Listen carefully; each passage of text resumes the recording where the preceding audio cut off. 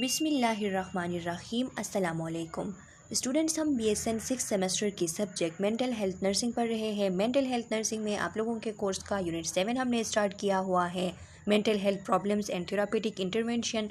इसका लेक्चर 2 जो कि अल्टर्ड मूड स्टेट पे है, उसका डिसऑर्डर ए डिप्रेशन हम कवर कर चुके थे। उसके बाद हमने डिसऑर्डर बी स्टार्ट किया है, बाइपोलर डिसऑर्डर। उसका पार्ट 1 हम कवर कर चुके हैं जो कि हमारे चैनल के प्लेलिस्ट में मौजूद है, और चैनल के प्लेलिस्ट का लिंक आप लोगों को इस वीडियो लेक्चर के डिस्क्रिप्शन के एंड में मिल जाएगी, वहाँ से आप स्टडी कर सकते हैं। आज का हमारा जो वीडियो लेक्चर है, इसमें हम इसी डिसऑर्डर बी बाइपोलर डिसऑर्डर को कंटिन्यू करेंगे। इसका पार्ट 2 इस वीडियो लेक्चर के साथ हम कवर कर लेंगे।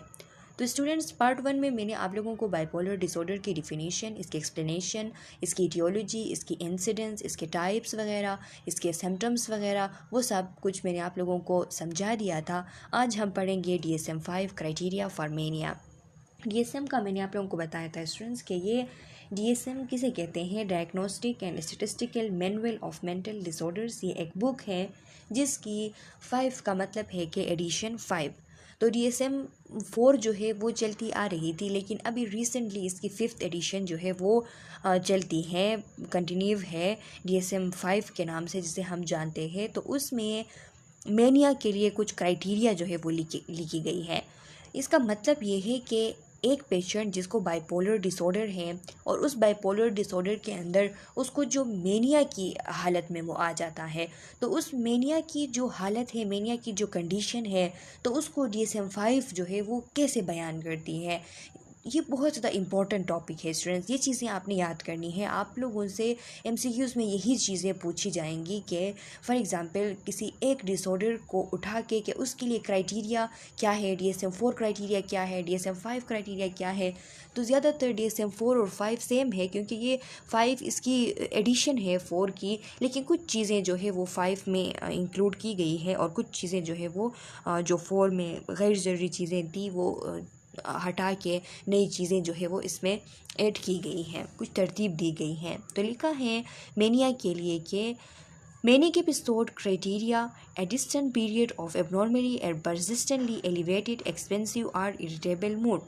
DSM-5 का कहना है कि मेनिया जो है वो एक ऐसी हालत होती है, एक ऐसी टाइम होती है कि जिसमें एबनॉर्मली और परसिस्टेंटली एलिवेटेड, एक्सपेंसिव और इरिटेबल मूड होती है। एलिवेटेड मूड का मतलब ये है कि जिसमें बंदे की जो खुशी की लेवल होती है, एनर्जी की लेवल होती है, वो पीक पे होती है, बहुत ज़्यादा एनर्जाइज्ड होता है, बहुत ज़्यादा खुश होता है, इसीलिए इसको एलिवेटेड मूड कहा जाता है। इरिटेबल मीन्स बेचैन होता है, वो उसको जो है किसी चीज़ में सुकून नहीं होता, बेचैन होता है।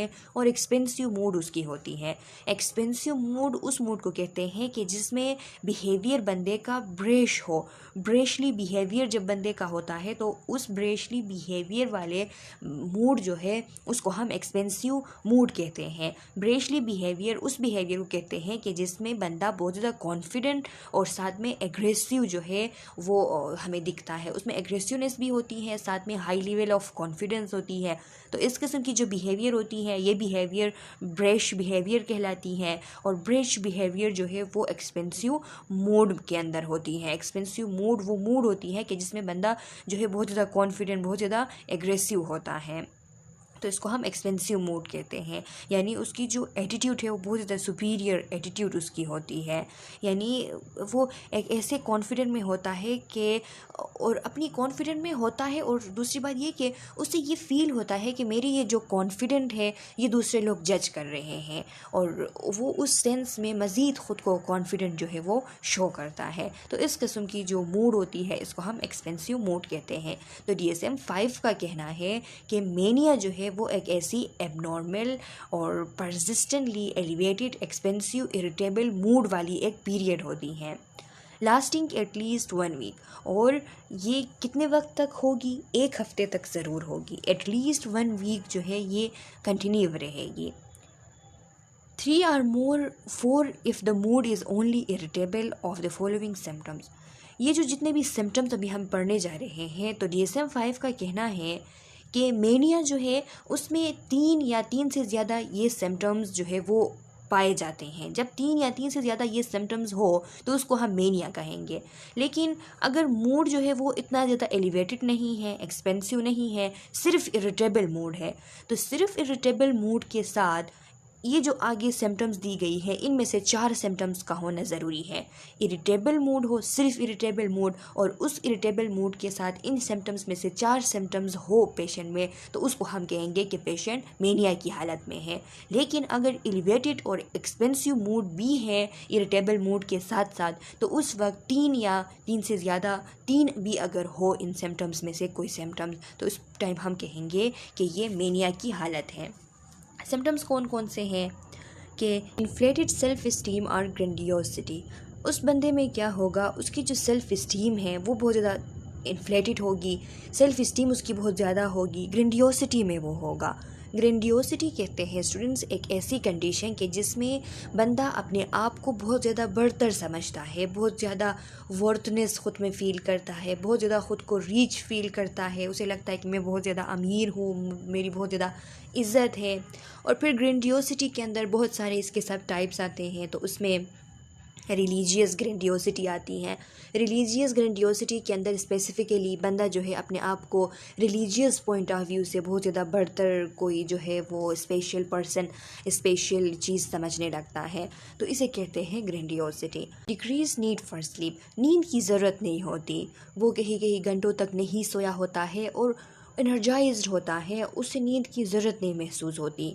Pressured speech are more talkative than usual, वो प्रेशर्ड स्पीच जो है वो उसको होती हैं। प्रेशर्ड स्पीच को हम हाइपर वर्बल स्पीच भी कहते हैं, ये बात आप याद रखें स्टूडेंट्स के प्रेशर्ड स्पीच को हम हाइपर वर्बल स्पीच भी कहते हैं, यानी ऐसी स्पीच के जिसमें एक बंदा नॉर्मल से हट के फास्टरली वो बात करता है, बहुत ज़्यादा फास्ट बात करता है और एक अर्जेंट मैनर में वो बात करता है। ऐसा लगता है उसे सुन के कि कोई जो है इमरजेंसी होने वाली है, इस किस्म की वो तेज़ी से बातें करता है, तो इसको प्रेशर्ड स्पीच या फिर इसको हाइपर वर्बल स्पीच कहते हैं। तो हाइपर वर्बल स्पीच उसकी होती हैं यूजुअल से, नॉर्मल से वो ज़्यादा टाकेटिव होता है। आइडियाज़, फ्लाइट ऑफ आइडियाज़ होती हैं, या फिर समझे कि रेसिंग थॉट्स, यानी उसके जहन में उसके जो सोच है, उसके जो थॉट्स हैं वो ऐसे समझे कि दौड़ते हैं, यानी उसके जहन में कोई एक आइडिया आ गई, फिर उसने उस चीज़ पे, उस सोच पे बातें जो है वो स्टार्ट कर दी, फिर जो है वो बिल्कुल वो आइडिया कहीं उड़ जाती हैं और दूसरा कोई आइडिया उसके जहन में बैठ जाती है, फिर वो उस पर गुफ्तगू करने लगता है। तो इस तरह रेसिंग होती है थॉट्स की। डिस्ट्रैक्टिबिलिटी उसमें होती है, बहुत ज़्यादा डिस्ट्रैक्टेबल होता है, चीज़ों पे वो ध्यान नहीं दे पाता, डिस्ट्रैक्ट होता है इजीली। साइकोमोटर एजाइटेशन और increased in goal directed activity, उसको साइकोमोटर एजाइटेशन होती हैं। साइकोमोटर एजाइटेशन हम उसे कहते हैं कि जिसमें उसको बहुत ज़्यादा जो है शौक़ उसमें पैदा होती है कि वो कोई एक्टिविटीज़ करे, एक ही वक्त में बहुत सारी एक्टिविटीज़ में मशगूल हो जाता है, तो इसको कहा जाता है साइकोमोटर एजाइटेशन, या फिर इसको कहा जाता है कि increase in goal direct activities, या फिर इसी को हेडोनिस्टिक इंटरेस्ट भी कहा जाता है। इसी को साइकोमोटर एजाइटेशन को हम हेडोनिस्टिक इंटरेस्ट कह सकते हैं। हेडोनिस्टिक इंटरेस्ट बेसिकली हिडोनिज़म से निकला है। हिडोनिज़म किसे कहते हैं स्टूडेंट्स? हिडोनिज़म कहते हैं कि एक ऐसी कंडीशन के जिसमें उनकी ज़िंदगी का मेजर एम जो है, मेजर मकसद जो है वो प्लेजर बन जाए, खुशी बन जाए, तो इसको हम हिडोनिज़म कहते हैं कि कोई और मकसद ही नहीं होता, बस खुशी उनकी ज़िंदगी की मकसद होती है। हेडोनिस्ट किसे कहते हैं? प्लेजर सीकर को हेडोनिस्ट कहते हैं, कि खुशी को तलाश करते हैं ये लोग, तो हेडोनिस्ट उन्हें कहते हैं। तो यहाँ पे जो हेडोनिस्टिक इंटरेस्ट की बात आती है, तो इसका मतलब ये है कि इनमें ये बहुत ज़्यादा खुश होते हैं, हर एक चीज़ में इनको खुशी मिलती है। हम कहते हैं ना डिप्रेसिव सिम्टम्स जब पढ़ते हैं तो उसमें हम कहते हैं कि डिप्रेसिव सिम्टम्स के अंदर पेशेंट्स को एनहिडोनिया होता है। एनहिडोनिया मींस के जो प्रीवियसली प्लेजरेबल एक्टिविटीज़ होते थे, जिनमें वो खुश होते थे, उनमें अब उनको खुशी नहीं होती, एनहिडोनिया होता है। लेकिन यहाँ पे क्या है? हेडोनिस्टिक इंटरेस्ट, के हर चीज़ में उनकी इंटरेस्ट बढ़ जाती है, हर चीज़ में वो खुशी महसूस करते हैं, तो इसको कहा जाता है हेडोनिस्टिक इंटरेस्ट।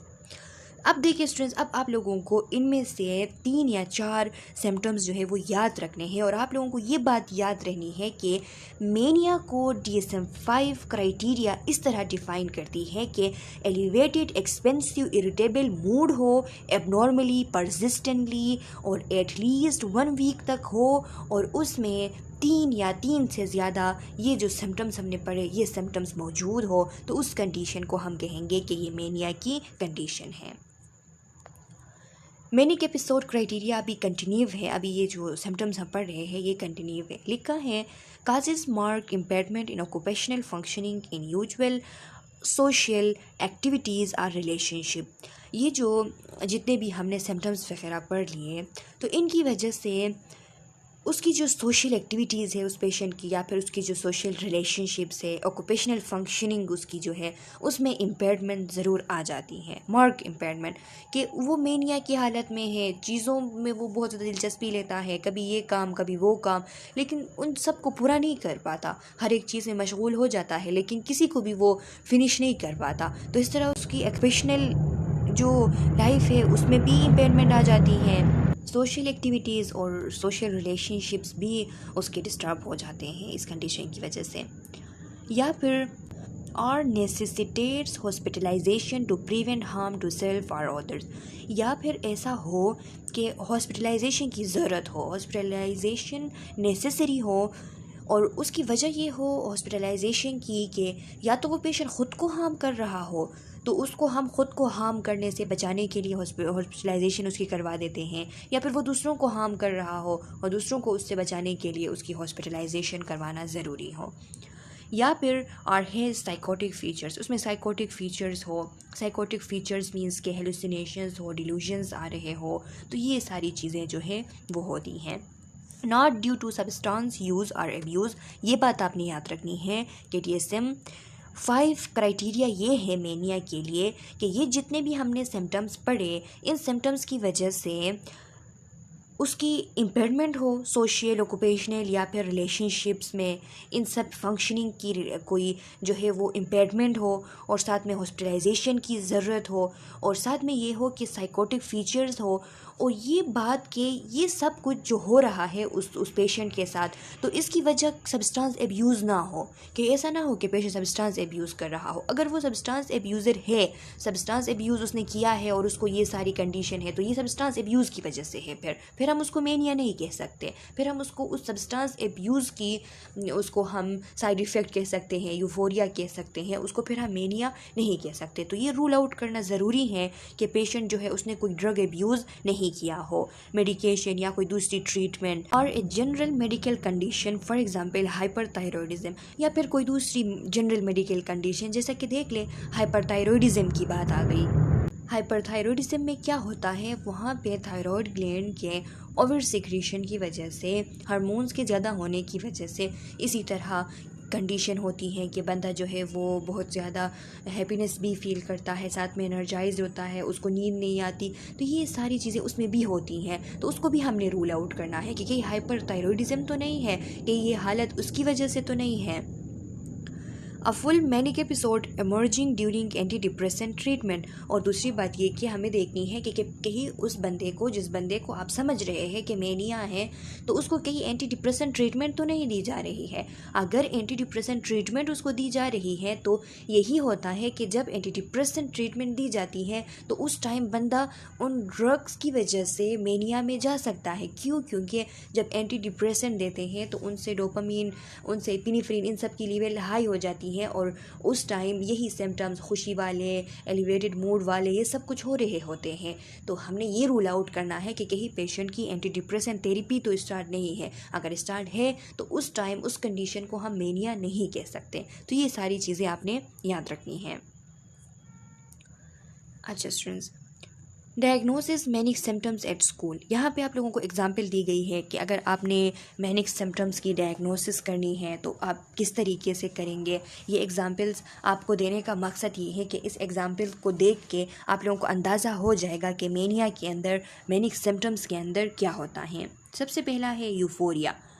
यूफोरिया क्या होती है? एलिवेटेड टू हैप्पी, सिली, गिटी and expensive about everything mood, out of blue, or an inappropriate reaction to external events for an extended period of time। यानी मेनिया का जो पेशेंट होता है, जो मेनिया के कंडीशन में होता है, तो वो यूफोरिया में होता है। यूफोरिया एक ऐसी कंडीशन होती है कि जिसमें बंदा बहुत ही ज़्यादा एलिवेटेड मीन्स के बहुत ज़्यादा खुश होता है, सिली होता है। सिली मीन्स के कुछ जो है लेक ऑफ कॉमन सेंस उसमें होती है। गिडी होता है, गिडी कहते हैं great happiness and great Joy को, तो ये उसमें होती है। एक्सपेंसिव मूड होती है, हर एक चीज़ के बारे में expensive mood, aggressive plus hyper confident manner उसका। और इसके साथ साथ वो आउट ऑफ ब्लू होता है। Out of blue mental health के अंदर अगर बात आ जाए तो इसका मतलब है out of normal. Out of normal ये सारी चीज़ें हो रही होती हैं।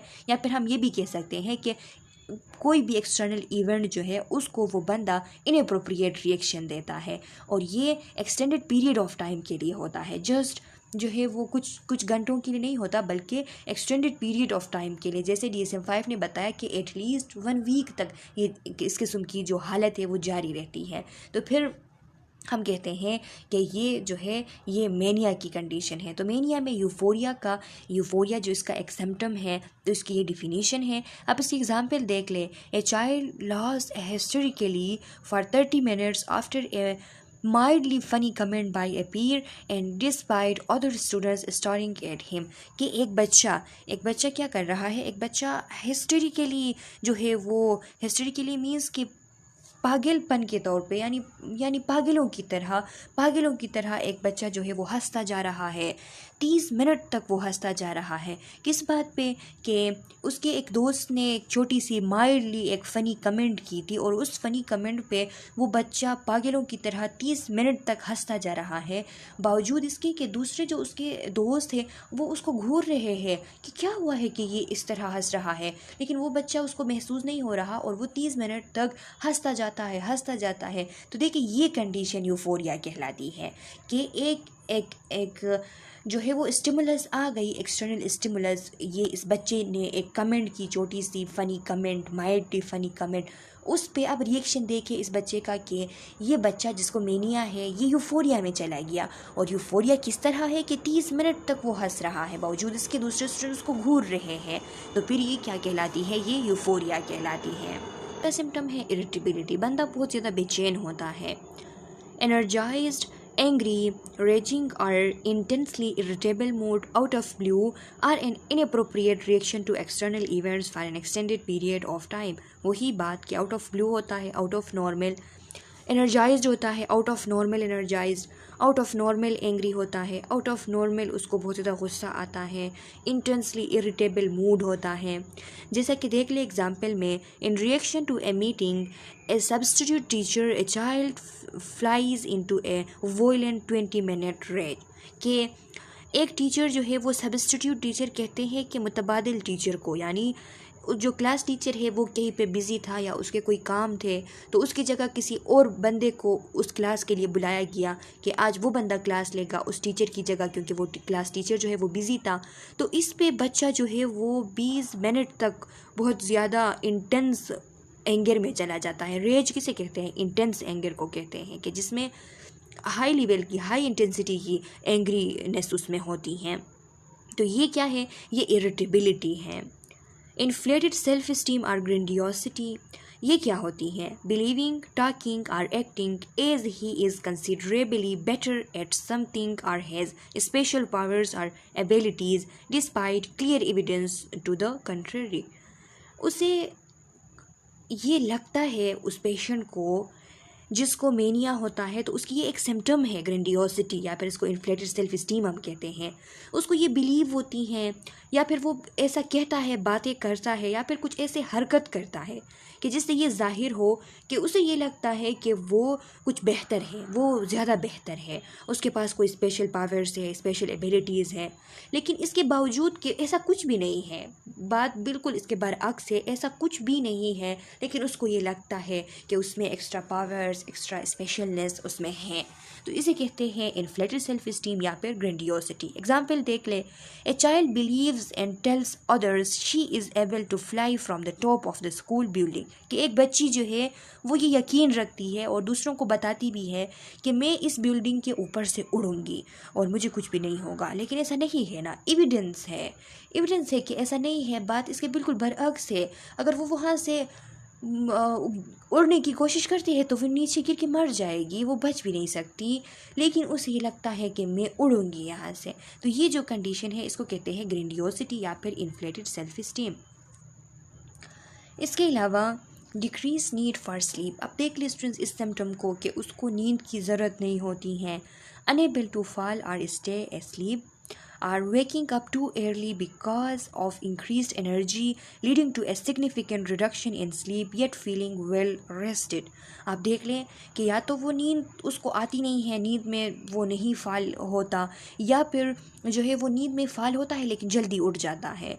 और उसको जल्दी उठ वो इसलिए जाता है क्योंकि उसमें एनर्जी जो है वो बहुत ज़्यादा होती है और उसको बिल्कुल जो है ऐसा फील होता है कि अच्छे से रेस्ट कर लिया है उसने। उसको यही फीलिंग आती है कि उसने अच्छे से रेस्ट कर लिया है, अब उसको रेस्ट की कोई भी ज़रूरत नहीं है। एग्जाम्पल देख ले, despite only sleeping 3 hours the night before a child is still energise throughout the day. कि इसके बावजूद कि बच्चा सिर्फ 3 घंटे सोया है, 3 घंटे सोया है रात को, इसके बावजूद वो बच्चा बिल्कुल एनर्जाइज्ड है, उसमें कोई भी थकावट नहीं है, पूरा दिन वो एनर्जाइज्ड है। तो इस कंडीशन को हम कहते हैं कि ये मेनिया की सिम्टम है जिसमें डिक्रीज नीड फॉर स्लीप होती है। उसकी स्पीच में बहुत ज़्यादा इंक्रीजनेस आ जाती है। देखिए लिखा है dramatically amplified volume. Amplified volume कहते हैं हाई वॉल्यूम को। उसकी जो बातें हैं उसकी वॉल्यूम हाई हो जाती हैं। अनइंटरप्टेबल रेट, वो ऐसे रेट से बातें करता है कि आप उसको इंटरप्ट नहीं कर सकते, आप उसको बीच में रोक नहीं सकते। वो आपकी बातों कि आप अगर जितना भी उसको रोकने की कोशिश करें लेकिन वो नहीं रुकता। अनइंटरप्टेबल रेट उसकी होती है। और प्रेशर या फिर keep to talking, pressure speech होती है, बहुत तेज़ी से बोलता है और बातों को वो जारी रखता है।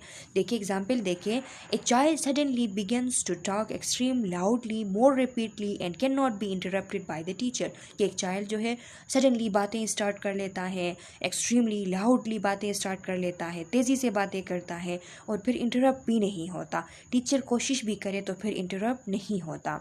फ्लाइट ऑफ आइडियाज़ और रेसिंग थाट्स, ये सिम्टम्स है कि उसको फ्लाइट ऑफ आइडियाज़ होती हैं, उसके जहन में बातें जो है वो दौड़ रहे होते हैं, ख्यालात दौड़ रहे होते हैं, किसी एक चीज़ पे वो फोकस नहीं कर पाता। देखिए लिखा है रिपोर्ट और ऑब्जर्वेशन वाया स्पीच और writing of spirit of tangential और सर्कमस्टेंशियल थाट्स।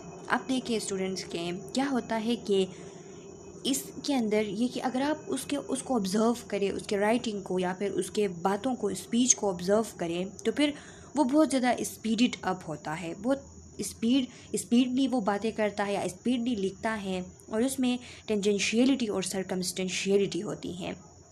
सर्कमस्टेंशियलिटी हम उसको कहते हैं कि जब हम उससे क्वेश्चन पूछें तो वो हमारे क्वेश्चन का आंसर स्टार्ट करे लेकिन वो कहाँ से कहीं पे पहुंच जाए।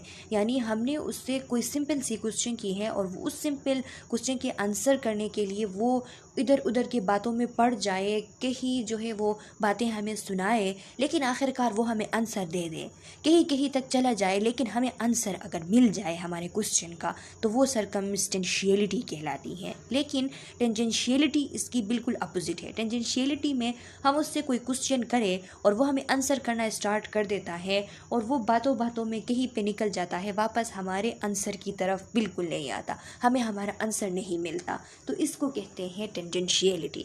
तो उसको फ्लाइट ऑफ आइडियाज़ हो रही होती है बेसिकली कि उसके जहन में एक ख्याल आ गया, फिर दूसरा ख्याल, फिर तीसरा ख्याल, फिर चौथा, फिर पांचवा, इसी तरह। तो इसीलिए वो उसका फोकस किसी एक चीज़ पे नहीं होता, तो इसीलिए स्पीड अप होता है, इधर की बातें उधर की बातें वो स्टार्ट कर देता है और सर्कमस्टेंशियलिटी तब होती है जब इस फ्लाइट ऑफ आइडियाज़ कुछ हद तक हो रही होती है, वो फिर भी फोकस उसको होता है, हमें हमारा आंसर मिल जाता है, टाइम लग जाता है, बातें बहुत ज़्यादा हो जाती हैं, लेकिन फिर भी आंसर मिल जाता है। लेकिन अगर ये ज़्यादा होती है, हद से ज़्यादा होती है फ्लाइट ऑफ आइडियाज़, तो फिर टेंजेंशियलिटी में चला जाता है कि हमें हमारा आंसर बिल्कुल नहीं मिलता, वो इतना जो है इधर उधर की बातें करके कहीं खो जाता है उन बातों में, उन ख्यालात में, फिर हमें हमारा आंसर नहीं मिलता। तो इसको हम टेंजेंशियलिटी कहते हैं। देखिए लिखा है, a teacher can not follow a child's rambling speech that is out of character for the child, for example not related to any cognitive और language impairment the child might have.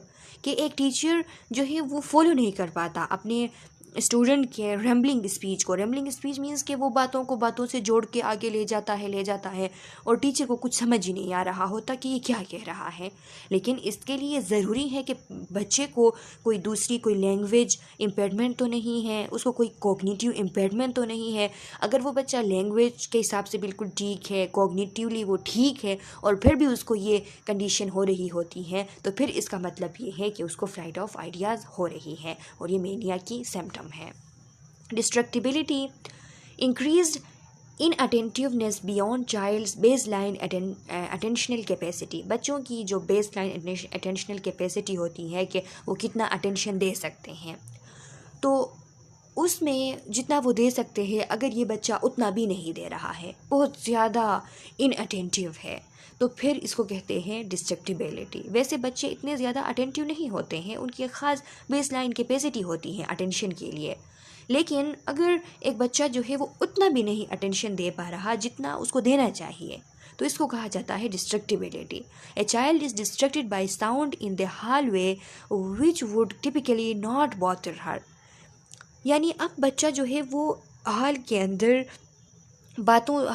एक आवाज़ आ रही है और उस आवाज़ की वजह से बच्चा जो है वो बहुत ज़्यादा अभी परेशान हो रहा है, बहुत ज़्यादा, जो कि पहले उसको परेशान नहीं करती थी। बॉदर कहते हैं परेशान करने को।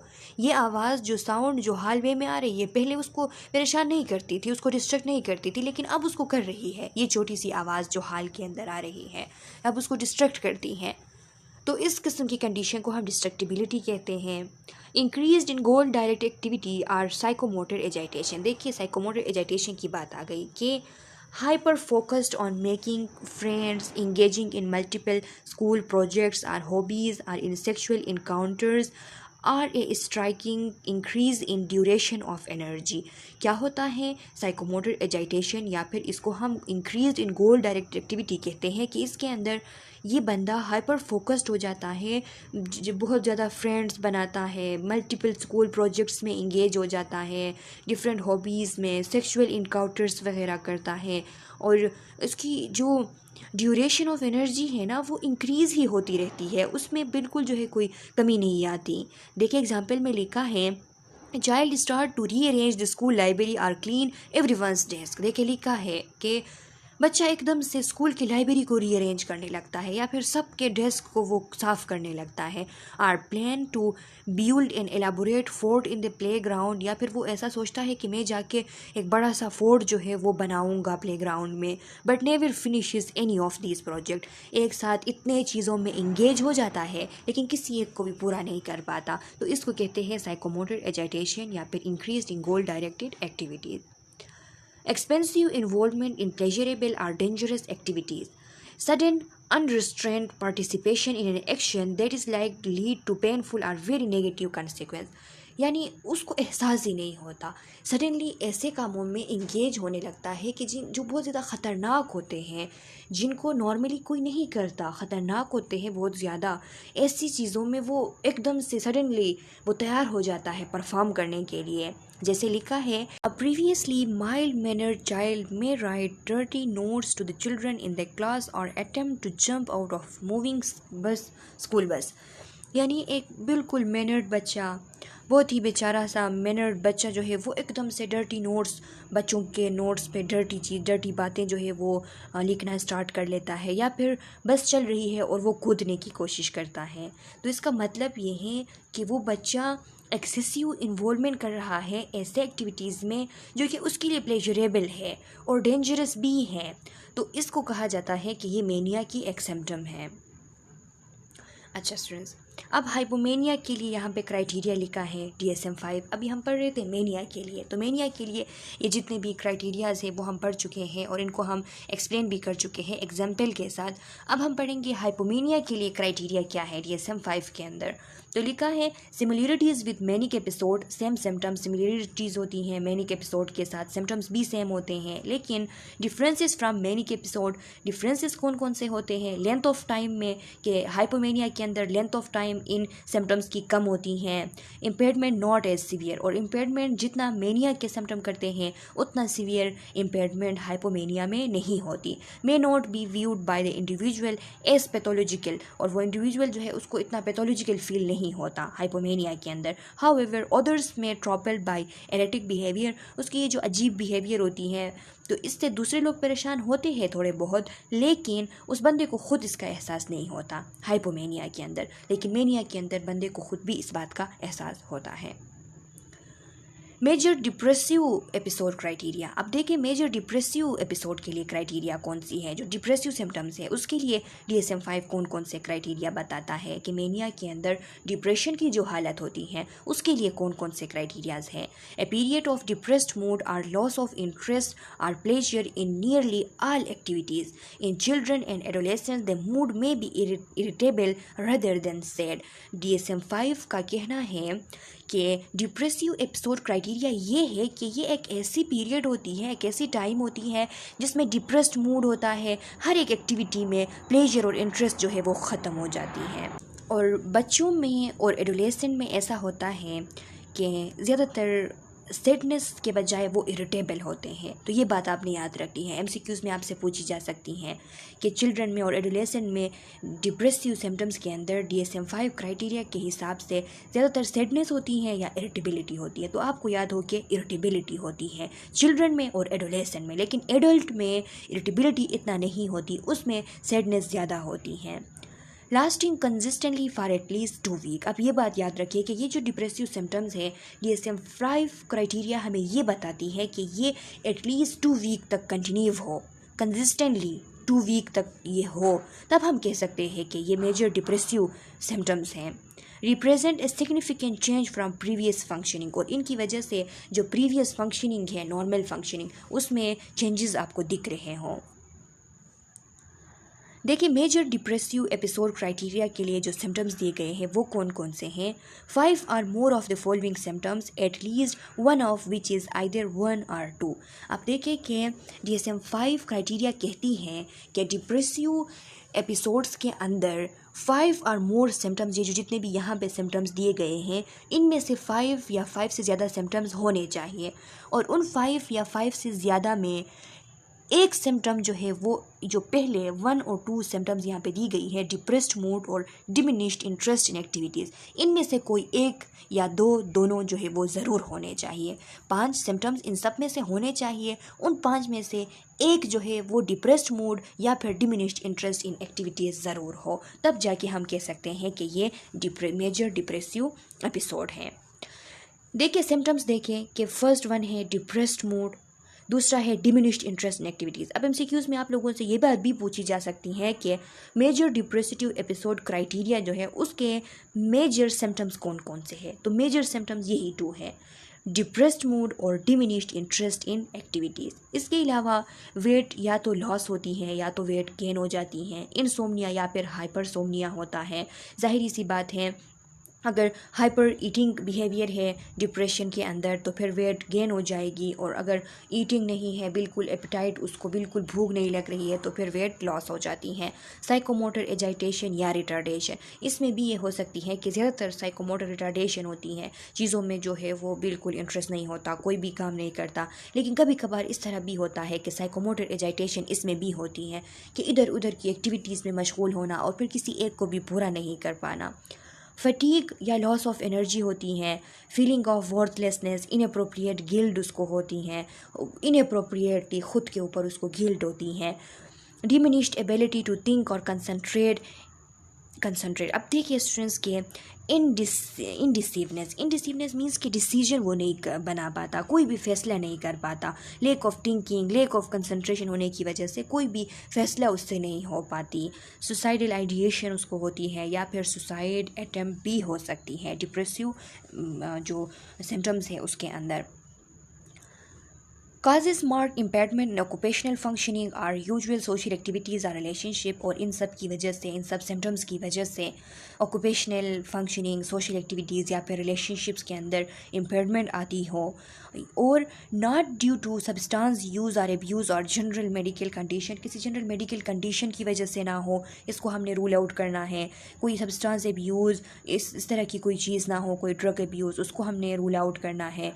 Not better accounted for by bereavement, यानी after loss of a loved one the symptoms persist for longer than 2 months are characterized by marked functional impairment, morbid preoccupation with worthlessness, suicidal ideation, psychotic symptoms और psychomotor retardation। इसका मतलब ये है कि bereavement state of sadness को कहते हैं, जिसमें बंदा बहुत ज़्यादा उसको जब किसी चीज़ की लॉस हो जाती है तो ख़ुद को वो एलोन जो है ख़ुद को फील करता है, बहुत ज़्यादा खफा हो जाता है। तो ये उस टाइम भी होती है जब कभी किसी लाउड वन की डेथ हो जाए या फिर कोई ऐसा लॉस हो जाए, तो उसको हमने रूल आउट करना है। हमें ये देखना है कि कहीं ऐसा कोई वाक़या तो नहीं हुआ है, और अगर ऐसा कोई वाक़या हुआ है तो 2 महीनों तक नॉर्मल है कि बंदा जो है इन सिम्टम्स से गुज़रता है उसमें भी, लेकिन 2 महीने बाद फिर वो नॉर्मल की तरफ आ जाता है। लेकिन अगर 2 महीने बाद भी वो नॉर्मल की तरफ नहीं आ पा रहा है और उसको ये functional impairment, worthlessness, suicidal ideation, psychotic symptoms वगैरह, साइकोमोटर रिटार्डेशन, ये उसको 2 महीने बाद भी उसको कंटिन्यू ही रहते हैं, तो तब जाके हम कह सकते हैं कि ये मेजर डिप्रेसिव एपिसोड्स है। प्रिविलेंस एंड कोमॉर्बिडिटी, इसकी प्रिविलेंस 1 to 2% to 3% इसकी प्रिविलेंस है, इतना ये है। इसके अलावा कोमॉर्बिडिटी इसके साथ साथ, यानी बाइपोलर डिसऑर्डर की बात हो रही है कि बाइपोलर डिसऑर्डर की जो प्रिविलेंस है वो 1.2% to 3% है, और उसके कोमॉर्बिडिटी ये है कि जो लोग सब्सटेंस एब्यूज़ करते हैं तो उन लोगों को साथ में बाइपोलर डिसऑर्डर भी हो जाती है, या फिर उन लोगों को जिन लोगों को पर्सनैलिटी डिसऑर्डर्स होती हैं तो उनको बाइपोलर डिसऑर्डर भी होती हैं, या फिर वो लोग जिन लोगों को एंजाइटी डिसऑर्डर्स होते हैं तो उन लोगों को बाइपोलर डिसऑर्डर भी होती हैं। इसके कुछ बायोलॉजिकल थ्योरीज़ है जेनेटिक्स की। मैंने आप लोगों को पिछली वीडियो लेक्चर में ये बात बता दी थी कि जेनेटिकली बहुत ज़्यादा बाइपोलर डिसऑर्डर का ये है कि जेनेटिकली ये रन करती हैं फैमिलीज़ में, और जब जनरेशन टू जनरेशन रन करती है तो जो न्यू जनरेशन होता है जिसमें ये चली जाती हैं माँ बाप से, तो उसमें मज़ीद ये जो है इसकी इंटेंसिटी हाई होती हैं। न्यूरोबायोलॉजिकल फैक्टर्स को अगर देखा जाए तो न्यूरोट्रांसमीटर्स मैंने आप लोगों को बताया था कि बाइपोलर डिसऑर्डर के अंदर जब हम चेक करते हैं तो नॉरएपिनेफ्रिन, डोपामीन, इनकी लेवल हाई आती हैं, और जो 5-HT है, 5-HT किसे कहते हैं? सेरोटोनिन को कहते हैं, 5-हाइड्रोक्सी-ट्रिप्टामिन। तो ये सेरोटोनिन का एक और नाम है, 5-हाइड्रोक्सी-ट्रिप्टामिन। तो इसकी सेरोटोनिन की लेवल जो है वो कम होती है इसमें, और इसके रीज़न मैंने आप लोगों को डिटेल से समझा दी थी। अगर यहाँ पे आप लोगों को इस बात की समझ नहीं आ रही है तो इसका पार्ट 1 आप लोग स्टडी कर ले, उसमें मैंने ये एटियोलॉजी के अंदर डिटेल से आप लोगों को बताई थी। न्यूरो एंडोक्राइन फैक्टर, जिसमें hypothalamic, pituitary, thyroid, adrenal axis, यानी एक्सिस जो है हाइपोथैलेमिक, पिट्यूटरी, थायराइड, इसके एक्सिस में कोई प्रॉब्लम आ जाए, हार्मोनल प्रॉब्लम आ जाए, तो उन हार्मोनल प्रॉब्लम्स की वजह से भी बाइपोलर डिसऑर्डर जो है वो उसका ख़दशा होता है। इसके अलावा न्यूरोएनाटॉमिकल फैक्टर्स है कि न्यूरोलॉजिकल सर्किट जो है उसमें कोई डिसरेगुलेशन आ जाए। न्यूरोलॉजिकल सर्किट किसे कहते हैं स्टूडेंट्स? न्यूरोलॉजिकल सर्किट जो है वो उसको कहते हैं कि जिसमें जितने भी ये न्यूरॉन्स होते हैं तो ये जब आपस में इंटर कनेक्शन कर लेते हैं और इंटरकनेक्टेड होके एक दूसरे के साथ एक स्पेसिफिक फंक्शन जब करते हैं तो उसको हम न्यूरोलॉजिकल सर्किट कहते हैं। तो उसमें अगर कोई प्रॉब्लम आ जाए तो फिर न्यूरोट्रांसमीटर्स में ज़ाहिरी सी बात है कि उनके कंसंट्रेशन, उनके रिलीज़ में प्रॉब्लम आ जाती हैं, तो इसकी वजह से बाइपोलर डिसऑर्डर होती है। तो यही बायोलॉजिकल थ्योरीज़ है। इसमें ये न्यूरोट्रांसमीटर्स आपने याद रखने हैं MCQs के लिए कि कौन सा ज़्यादा होता है, कौन सा कम होता है। सोशियोलॉजिकल फाइंडिंग्स ये है कि जिन लोगों को एजुकेशन में मसला हो, ऑक्यूपेशन में मसला हो, इकोनॉमिक स्टेटस में मसला हो, क्रिएटिविटी में उनको मसला हो, तो इन सब की वजह से ये प्रिडिस्पोज करती हैं बाइपोलर डिसऑर्डर को। इन सब की वजह से बाइपोलर डिसऑर्डर हो सकती हैं कि एक इंसान, क्रिएटिविटी का मतलब ये है कि एक इंसान ख़ुद को अगर कमतर समझ रहा है बार बार कि मैंने कुछ भी नहीं मैं कर सका, मुझ में कोई क्रिएटिविटी की एबिलिटी नहीं है, मुझसे कुछ नहीं हो सकता, इस तरह वो जब गिल्ट में जाता है तो उसकी वजह से भी उसको डिप्रेशन और डिप्रेशन के बाद बाइपोलर डिसऑर्डर होने का ख़दशा है। इसके अलावा साइकोलॉजिकल इन्फ्लुएंसेस की अगर हम देख लें तो हाईली एक्सप्रेस्ड इमोशंस और चाइल्डहुड एक्सपीरियंसेस, अगर इमोशनल स्टेबिलिटी किसी बंदे में नहीं है तो वो प्रोन है बाइपोलर डिसऑर्डर के लिए। और दूसरी बात चाइल्डहुड एक्सपीरियंस, अगर चाइल्डहुड के अंदर बच्चे पे बहुत ज़्यादा जुल्म हुआ है, बच्चे ने बहुत ज़्यादा ऐसे सूरत हाल देखे हैं जो उसके एज के लिए अप्रोप्रिएट नहीं थे, तो वो उसको ख़दशा है कि बाइपोलर डिसऑर्डर उसको हो सकती हैं। अच्छा स्टूडेंट्स, तो असेसमेंट हाइपोमेनिया की हम नेक्स्ट वीडियो लेक्चर में डिस्कस कर लेंगे। यहाँ तक इस वीडियो लेक्चर के लिए काफ़ी कुछ जो है मैंने आप लोगों के साथ डिस्कस किया है। इन सब को आप पढ़े सही तरीके से, किसी चीज़ की समझ नहीं आ रही है तो कमेंट सेक्शन में अपना क्वेश्चन डाल ले। मैं नेक्स्ट वीडियो लेक्चर में जब आप लोगों को इसका पार्ट 3 पढ़ाऊँगी तो आप लोगों के क्वेश्चन का आंसर करूँगी। तब तक के लिए अल्लाह हाफिज़।